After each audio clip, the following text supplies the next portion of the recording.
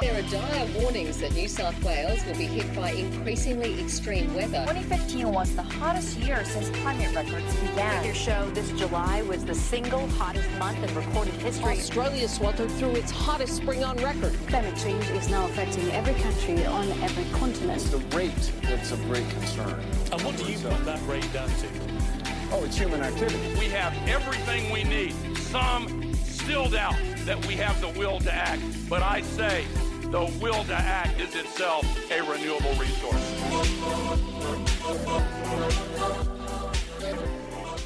Hi there, I'm Anthea from Foodswell and the host of Nourishing Matters to Chew On. This podcast aims to share ideas and inspiration about action that we can all take to eat better, more regeneratively and well, and care for the people and places that make our food possible. It takes its cue from big picture ideas, and we speak with people whose work makes positive change land on the ground, here where we live, love and eat.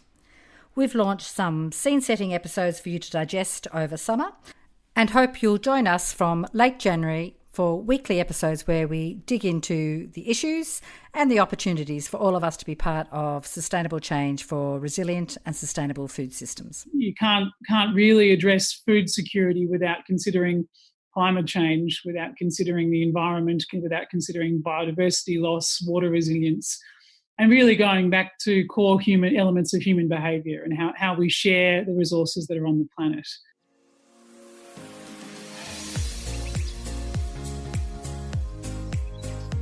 Welcome to Nourishing Matters to Chew On, a podcast that takes its cue from big picture, healthy and sustainable food system agendas and digs in to explore their implications and how they are landing here in Australia.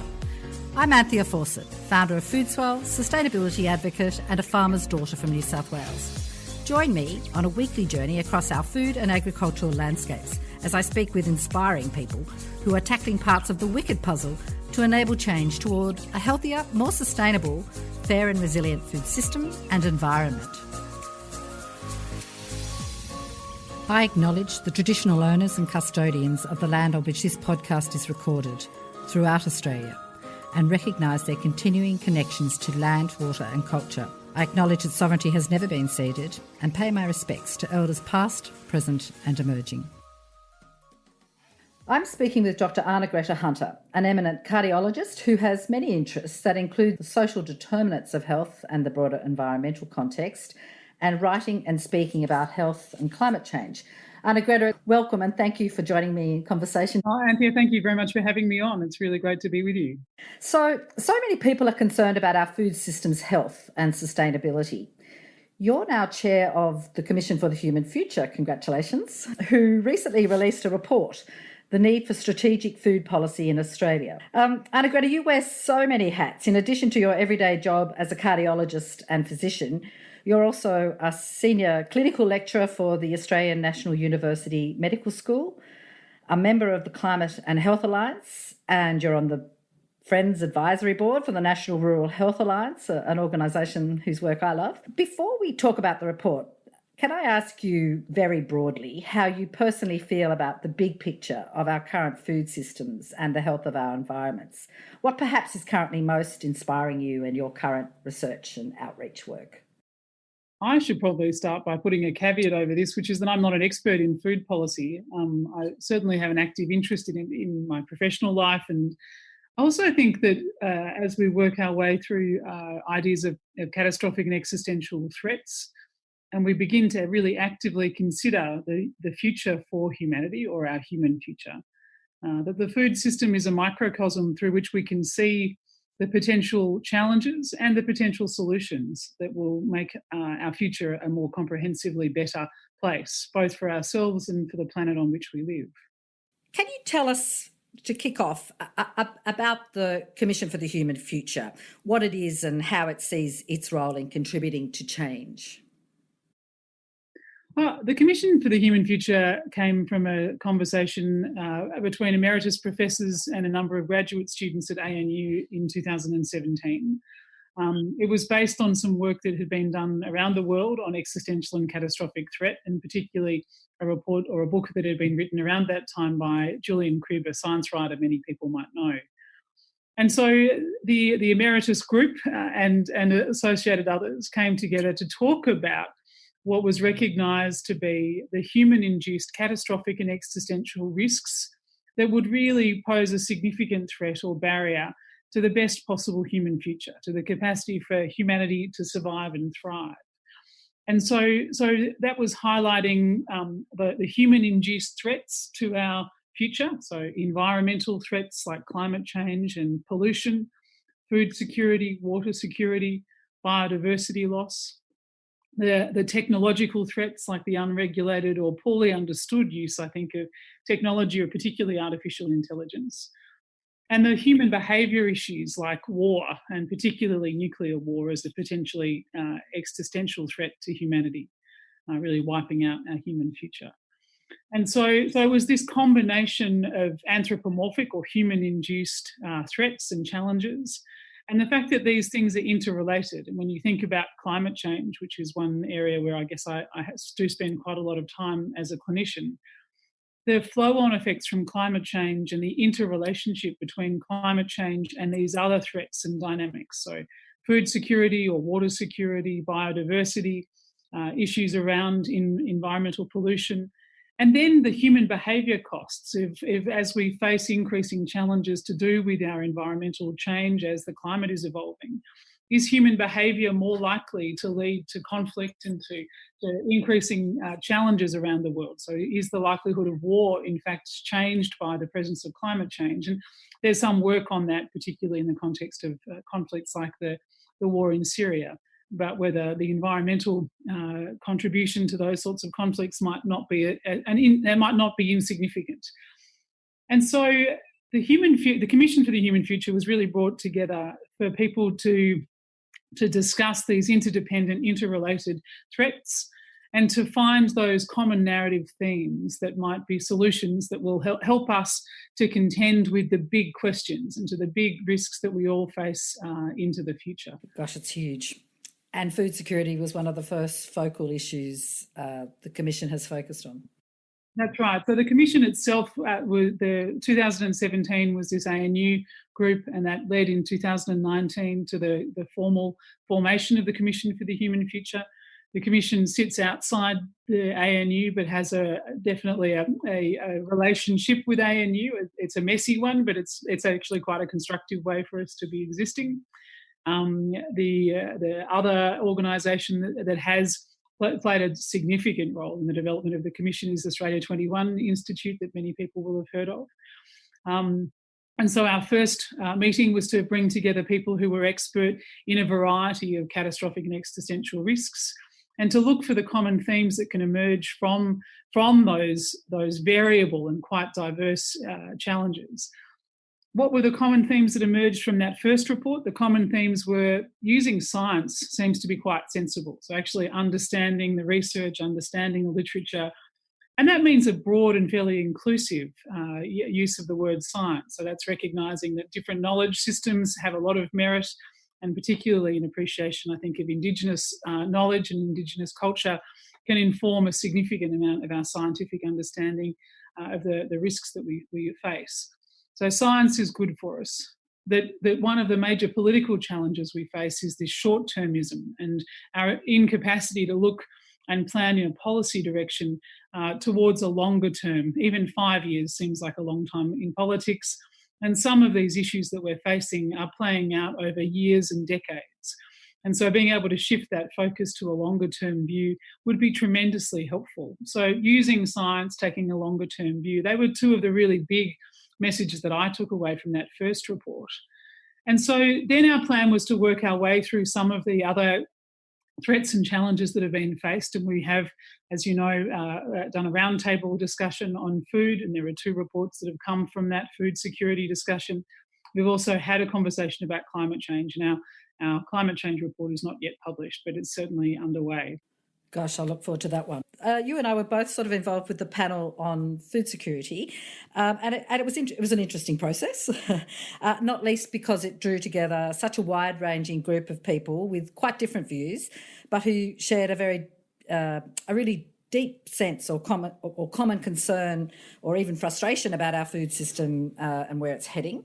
How do you see the Strategic Food Policy Report making a contribution, and who is it primarily intended for?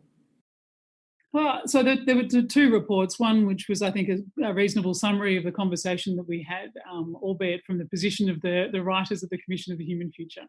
And I know that didn't reflect the full diversity of the conversation that took place. And so that I think is a really interesting read for people who are thinking about food policy and food security.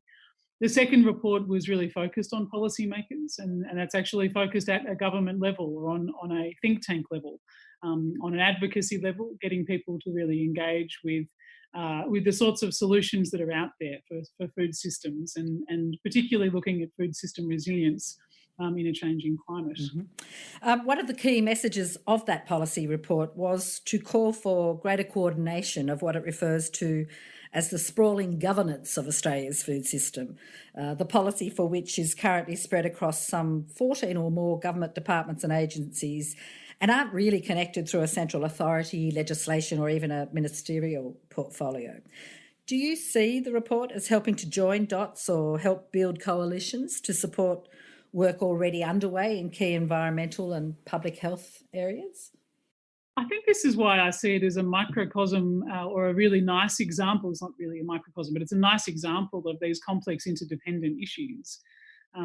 There was some discussion about the need to have a department for food, wasn't there? And I think so many of the times we talk about complex, interdependent or wicked problems, we find ourselves really facing the knowledge silos, the fact that that health is just put in the Department of Health, and that the transport relationship or how we move around as humans is excluded from the health dynamic. And I think about that a lot as a cardiologist, that nutrition and the cities that we live in and the transport that we use all are related, really significant related health factors.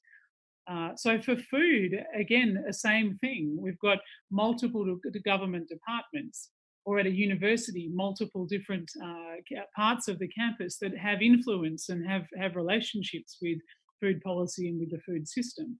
How do we bring together these complex dynamics into an effective and cohesive conversation? There was quite a lot of really interesting discussion about whether to create a department for food or whether you have a food in all policy approach. I mean, I think this really adds further weight to that conversation that we really need to have about being able to have broad, multidisciplinary, transdisciplinary discussions at a university or an academic level, at a society and at a community level, and particularly at a government level, if we're going to solve these complicated problems. I know when we think about climate change, it's easy to put climate change into the Department of Energy or Environment. But in fact, climate change policy probably needs to be in all elements of government as well. And we're going to have the same sort of dynamic if we were thinking about writing a similar sort of report for climate change. I've no doubt we would come up with a similar conclusion that it needs to be in all elements of government. And so, well, hopefully what this report does is provoke that discussion. I'm not sure how much will actually influence government decision making, but I know that we can provoke a couple of discussions, and that's a really interesting and useful, hopefully useful contribution to make. I'm sure it is, and I'm sure it'll link up with things like the Obesity Coalition and from their recommendations for 8 key actions to tackle the obesity pandemic, which include action on active transport. And that, of course, relates to climate change. Okay, back to the report. It describes 7 policy challenges and and offers 7 policy recommendations to build a more healthy, sustainable, economically viable and resilient food system. What are some of the key recommendations of the report that perhaps resonate most strongly with you personally? So, look, I think there are a range of different parts of the recommendations, and there were 7 fairly solid recommendations, and it's probably worthwhile just going through them very briefly. Firstly, a fit-for-purpose food policy governance to drive for national food reforms, the policies and programs, with a view to assigning ministerial and senior official responsibility for a national food policy framework. And so that's that. Let's put food across into each element of government. Let's implement, number 2 was implementing a new national program to recognise soil as a national asset. I get the sense that there's about to be a little wave of climate change discussion around soil and how important that is in decarbonising our environment. And so again, this interdependence of problem solving is really important. Number 3 was to incentivise and enable urban and peri-urban food production through financial support and revised regulatory structures to improve national and local food security.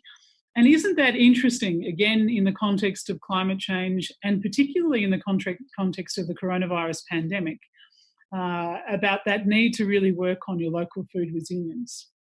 Number 4, supporting and encouraging and protecting small and family-owned food producers, processors and suppliers through regulatory reforms, industry protections and support and innovate business models and solutions in the food system. Again, this is thinking that it's all very well to try and design a food system, but we really have to think about how the food system runs. And so a move towards a smaller business and family-owned, making sure that we're looking after the employment and the financial security of our communities. Number 5 was enabling efficient, transparent and equitable water utilisation. And water, of course, is in the list of things that we can talk about in terms of catastrophic threats to human futures. At the moment, we've got a lovely amount of water. It's raining outside in Canberra today. And when I contrast this with last year, it's quite a stark contrast with an extraordinarily deep drought and towns without water. We really need to change our attitude to water, and to valuing that as a resource is tremendously important. And it's tremendously important because water is an essential part of life, but it's also tremendously important for our food security. Number 6 was to drive nationwide transition towards increased availability, accessibility and affordability of nutritious, safe and whole foods and healthy eating practices. So there was a really interesting set of conversations about what we should or shouldn't eat. And I try personally as a practicing doctor not to be particularly prescriptive in that. I think there's a tremendous amount of research that says that the less processed our food is, the better it is for us. And I think there was broad consensus on that. And so I think that's a really solid recommendation.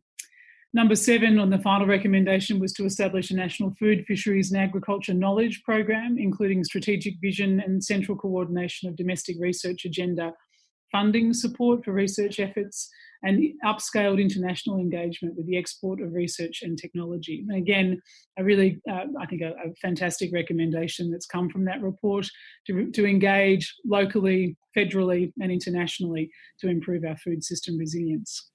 Yeah, thank you for that. And there's so much great work going on in that healthy and sustainable food systems agenda area, isn't there? So I think that's a very comprehensive summary. And I know personally, having grown up on a farm, the whole issue of land conservation, climate proofing and anti-desertification with all these extreme events and extreme drought, extreme flooding, where do our soils go? It's viscerally near and present, isn't it? I was going to ask if you had any other reflections about the report or key take-home messages you'd just like to share. I think one of the really powerful messages from the report is the interdependence and interrelated issues here, that you can't really address food security without considering climate change, without considering the environment, without considering biodiversity loss, water resilience, and really going back to core human elements of human behaviour and how we share the resources that are on the planet. And so I'm hoping that comes through in the report, and it certainly comes through in the ongoing work for the Commission for the Human Future. Okay, so the report was prepared pretty much in the early days of COVID, when we didn't know how long the journey was going to be. And now with COVID 6 months on, food has become even hotter on the agenda, and there are many incredible groups providing food support and relief in really collaborative and innovative ways, promoting urban agriculture and more. Do you see COVID creating some positive disruptions or opportunities for our food system and narratives about it that we just might not have expected pre-COVID? Look, I think we can say that generally, can't we? I mean, I've certainly said that from a climate change perspective. And I'll just reflect on the climate change perspective, a story I've told a few times. But I think in February, after the summer experience and the fires that we had, which were particularly devastating through New South Wales in its entirety, but particularly in this southeastern corner, that it was an emotionally challenging period. And at the end of that summer period, for so many of us worried about the future of the world through the lens of climate change, the need for really seriously urgent action is obvious. We need to rapidly decarbonise. We need to do that as fast as humanly possible. And the more I thought about that, the more I recognised the extraordinary barriers, the inherent carbon footprint that is present in almost all aspects of all elements of what we do each day. And I remember thinking it's a little bit like sitting on the edge of the cliff, very much hoping that something will come past to give you a safe passage to the ground. And I think coronavirus essentially threw us off a cliff. It really put up for discussion all of these things that previously were really difficult to discuss. So things like using aeroplanes for travel, which I had a lot of difficulty giving up. But of course, almost overnight or within a month or two of the coronavirus pandemic, we've all stopped flying. And for many of us looking towards the future, it could be a very long time before we use particularly international aviation again. And so that's a really significant cognitive shift. It's a behaviour shift, and it will be one that resonates. On a food basis, I think the example you've just given is a superb one, that our dependence on global trade to underpin the nature of our food system has been demonstrated through the coronavirus pandemic. And I've been interested in supply chains. I've been working with a friend on supply chains in looking at the supply chain vulnerabilities for medicines in Australia. And recognising that those supply chains for things like pharmaceuticals and other medical supplies are really so much more complex than we see in our day-to-day, use and our as a doctor in our prescribing habits. We don't recognise where those drugs come from and how they get here. And I think similarly in our food experience, when we go to the supermarket, we're buying things and we don't always have a good appreciation of the full supply chain experience that surrounds those foods. We've almost certainly had a better appreciation of that with the coronavirus pandemic, just because of the supply chain disruption. And then, of course, the panic buying and the things that were associated with that. And what we're going to unfortunately see, I think, is as financial insecurity becomes more significant in Australia, the need for communities to work together to support each other in food resilience will be really important. And so some really extraordinarily exciting local development programs, and I'm particularly proud, I guess, of the things that I see happening in Canberra. Some local gardens and local food production that's taking place to really foster that community engagement. And those sorts of programs, partly it's about food, but one of the exciting elements of it is really bringing people together, working together towards a common cause. And we know when we work together with those sorts of projects that we talk to each other. When we talk to each other, we can start to have conversations about difficult topics. And that often will translate to subtle shifts in our politics and the way that we relate to each other. So there's so many elements in which we win, or so many mechanisms by which we win through that whole process. It's really exciting. I don't think I would have wished to have a pandemic. I think it's been a disaster for so many people, and I'm particularly cognizant of the employment and training consequences for younger generations. I think it's a really challenging time to be a 25-year-old. But I also think we've got this extraordinary opportunity for transformative change, things that were not on the table previously, things that were really difficult to imagine shifting, which are now actively up for discussion. Conversations about work, conversations about economics, conversations about governance, all of these things which are serious drivers for the catastrophic and existential threats that we face, and yet they are up for conversation.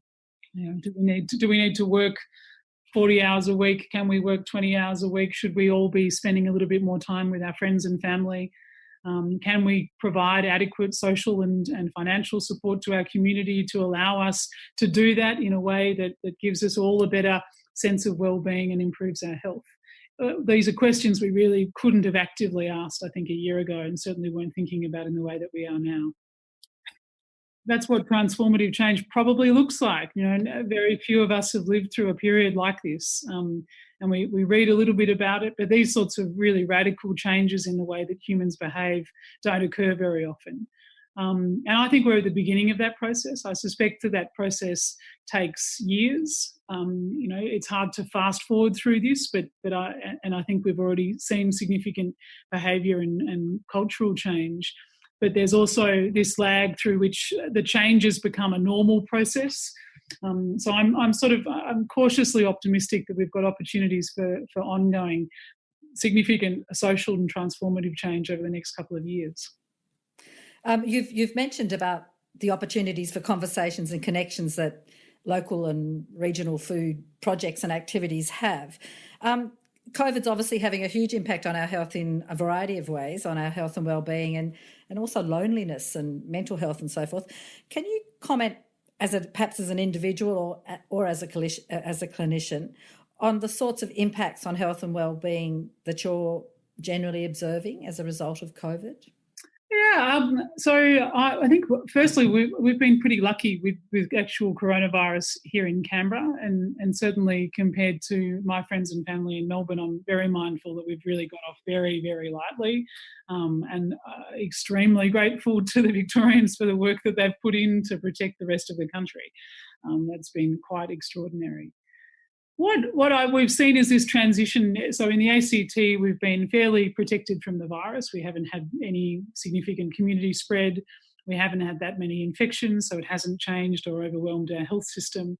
The major things that took place in the community that I'm in were that a large number of people found themselves working from home, and so the schooling and working from home period was a significant one, and a big transition for people moving away from the office. Financial insecurity has most definitely affected parts of the community, and so we do see that increase in stress associated with that, and that can have all sorts of ongoing health effects from both mental and physical health. It's been interesting watching people work from home. Again, it's very subjective. I haven't seen a lot of quantitative data on this yet, but my subjective experience is that people seem to be more happy working in their own home environment. Being at home seems to be a good thing for many people, not for everybody, but for many people.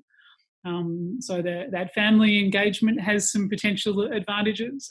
The health issues I've seen in my population of people that I see, I've seen most people have tried to stay active and doing exercise, but activity no doubt has dropped. All of that incidental exercise associated with moving into and out of an office has gone, and that often practically translates to a couple of thousand steps each day for people, and that has health impacts. It has impacts on our fitness and on our other metabolic indices. And I think so many people have put on a couple of kilos this year. I really think that's been a dominant theme. And I think it's about 5 kilos on average for the year. And so that definitely has happened. But the health consequences of that will go on for a little longer. We will see this change in exercise and activity resonate for some time to come yet. And I think the mental health effects will probably continue into next year. I just think we've got a really interesting period ahead. Watching Victoria come out of lockdown, the mental health impacts of being at home and isolated for a long period of time, the processing of that experience will take a lot longer. We know that from other traumatic events like bushfires. And come next March, when JobKeeper and other support systems change, it'll be even more dramatic, one would imagine. That's an interesting lead into, in a recent post-budget podcast, you offered some really powerful insights and perspectives on the current moment. You've spoken about a number of them already. In that podcast, you spoke about the importance of care, the caring sector, social housing, and the importance of valuing dignity of everyone and recognising everyone. But you also spoke about the budget as something of a missed opportunity for some new conversations, but there were positive things that came out of it.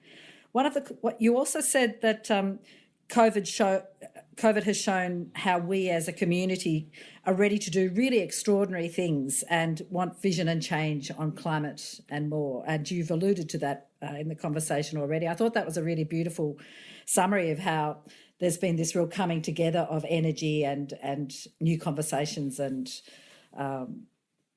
concern to help each other, which is a great energy to build on.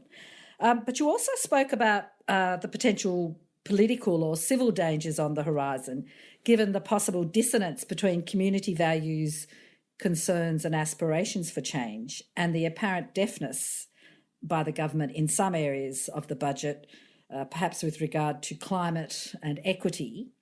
Would you like to comment or elaborate on that latter point? I'll reinforce the positive messaging first, and the positive messaging really comes from the fact that I think there's a tremendous appetite for transformative change. I don't think I'm the only person who wants to see climate action.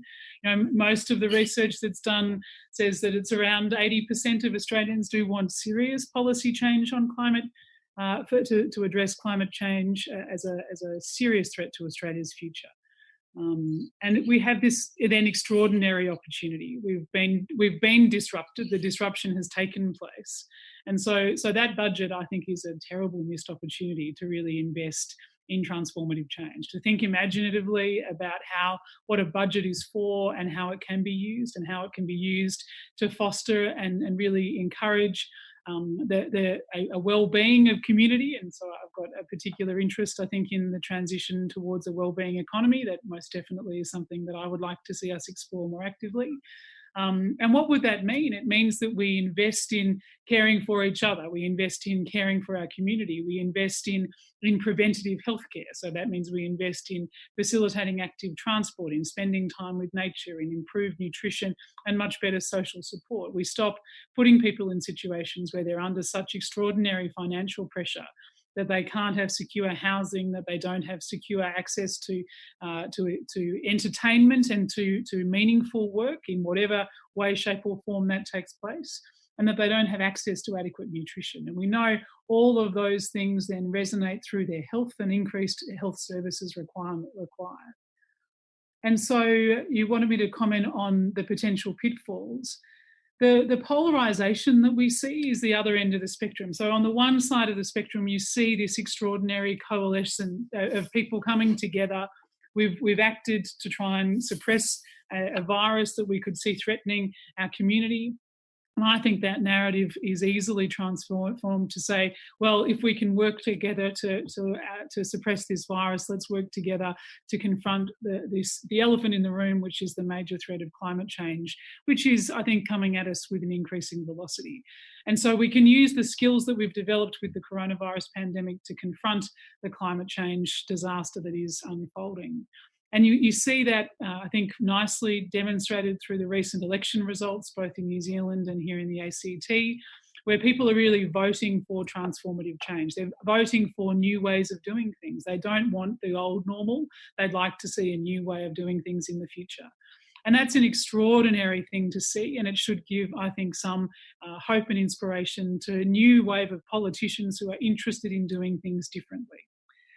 The other side of the spectrum is the increasing polarisation, and we see that in parts of the American political system, but we also see that playing out with the political dynamics in Australia, with the national narrative around the Victorian response to suppression of the coronavirus pandemic.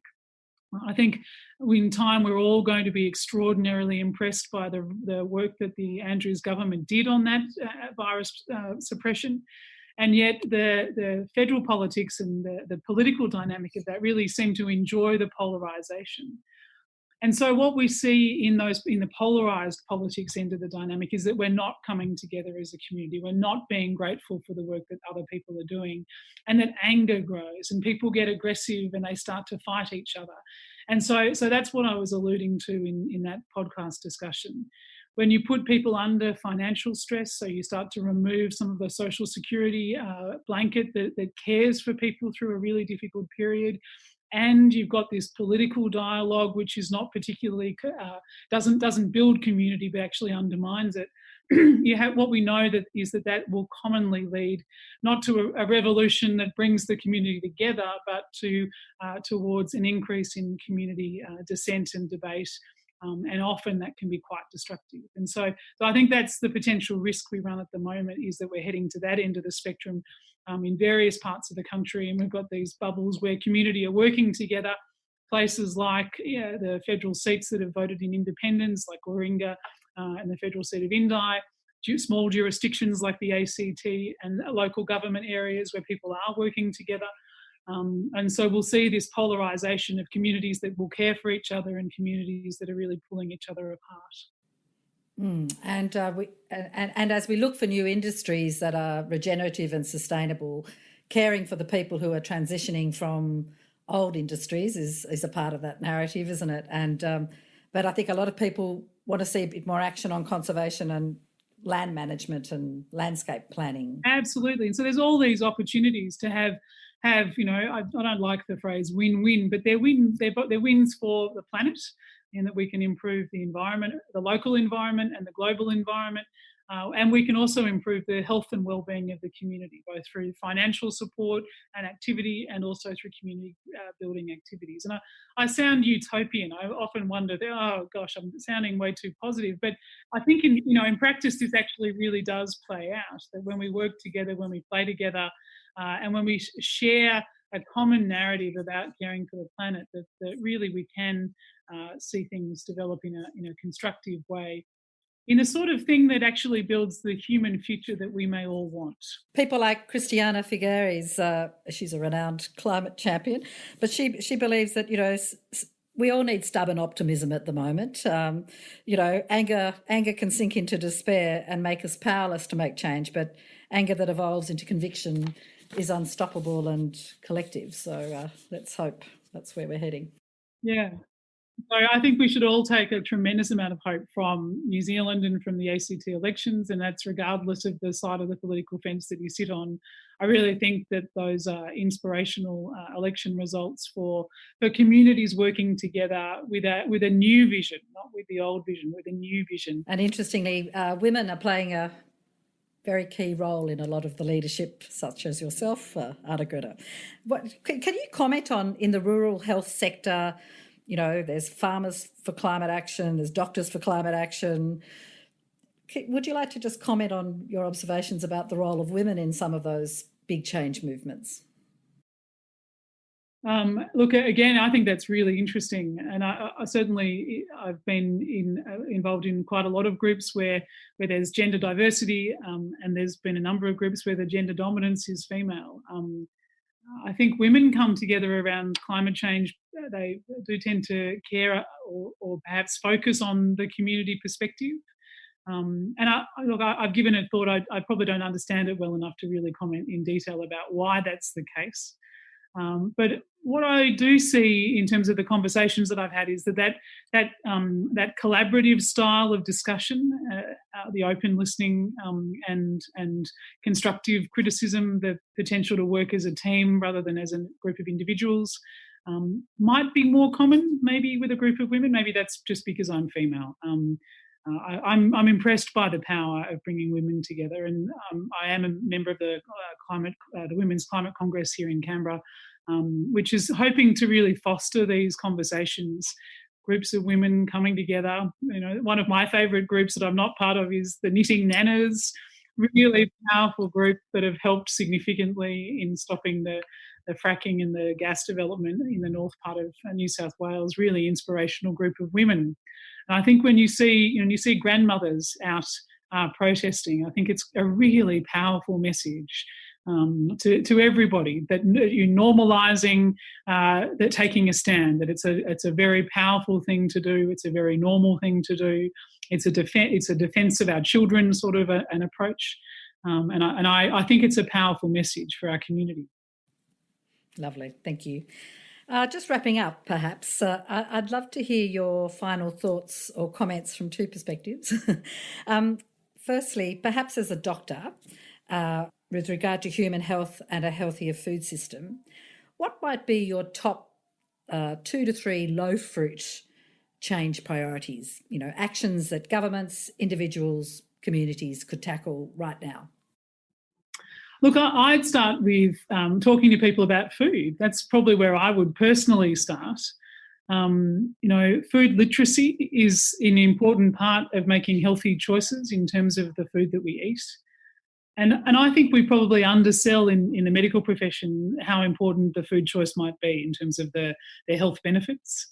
And so programs like putting food into schools, even just cooking school lunches or having students involved at a primary school level in the production of food, so understanding where our food comes from, growing food. I love the kitchen gardens that are emerging in most primary schools, showing children how long it takes to grow a carrot, how long it takes to grow lettuce, and actually getting an appreciation of the life cycle of the foods that we consume and we often throw away. And so I think really getting an understanding of how much work goes into food production is a powerful message that can't be undersold.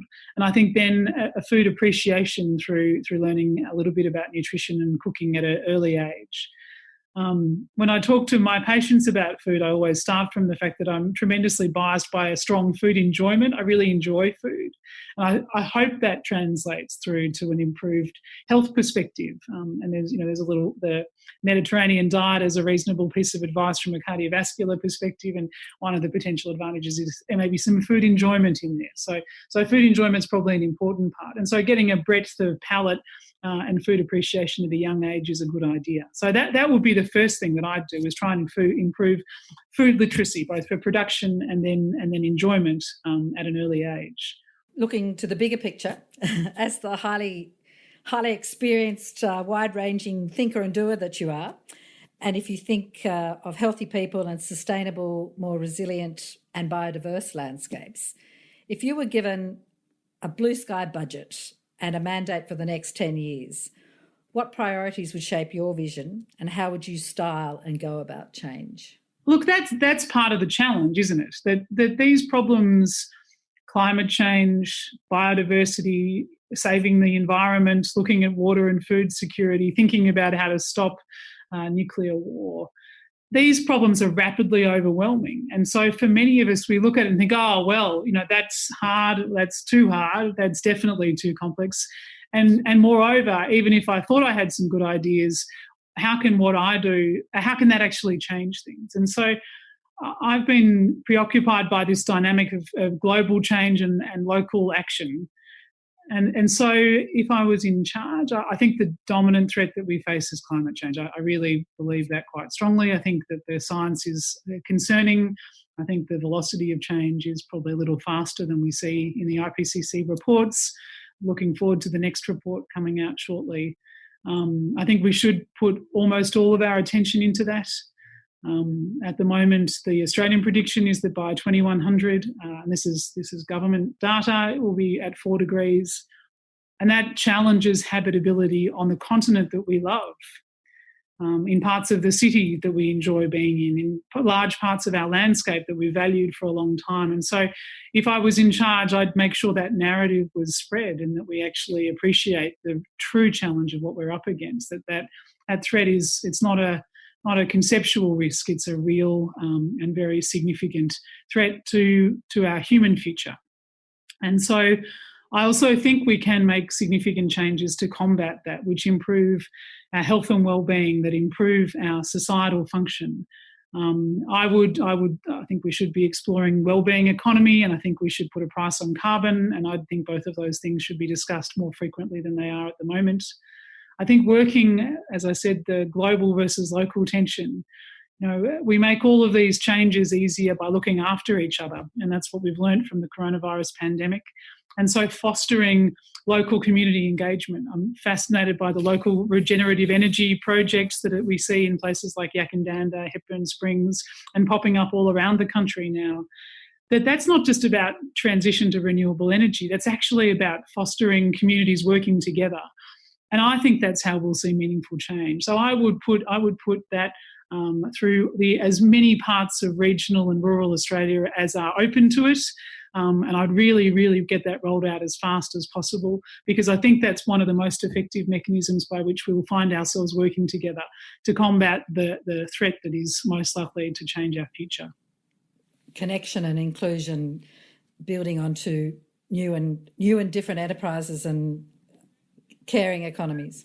Rapidly decarbonise, protect the environment. We need to look after every tree is at this point sacred. We really need to look after our biodiversity. Again, we seriously underestimate the value of the natural environment that we have left, and we need to really work towards protecting that. And community engagement is the key, I think, to really seeing that achieved. So they're my 3 bits of advice. They put me in charge. Yeah. Thank you very, very much, Arnagretta. That's inspirational and a pretty good roadmap to me. Dr. Arnagretta Hunter, among her many and inspirational roles, is the chair of the Commission for the Human Future. To learn more about the Commission, get involved or support its work, please visit their website at humanfuture.net, where you can also download the report, The Need for Strategic Food Policy in Australia, that we've been discussing today, along with other reports and resources from the Commission. Thank you, Arnagretta. It's been such a pleasure to speak with you today. I've really enjoyed the discussion. I hope your listeners find it enjoyable too. Thank you so much for inviting me today. Thanks for listening. I hope this conversation offered some nourishing food for thought. To listen to more episodes of Nourishing Matters to Chew On, head to Foodswell's podcast page at foodswell.org.au/nourishing, or you can subscribe via Apple Podcasts, Stitcher, Spotify, Google, or wherever you get your podcasts. And stay in touch via Instagram at Nourishing Matters or Foodswell Australia. As this is a new podcast, we'd really value your support. So please give us a rating or review in your favourite podcast app so other people can find us too. Nourishing Matters to Chew On is proud to be on the Climactic network of podcasts and part of a collective of podcasters dedicated to inspiring positive action around climate change. Check out the other great podcasts on the Climactic network at www.climactic.fm.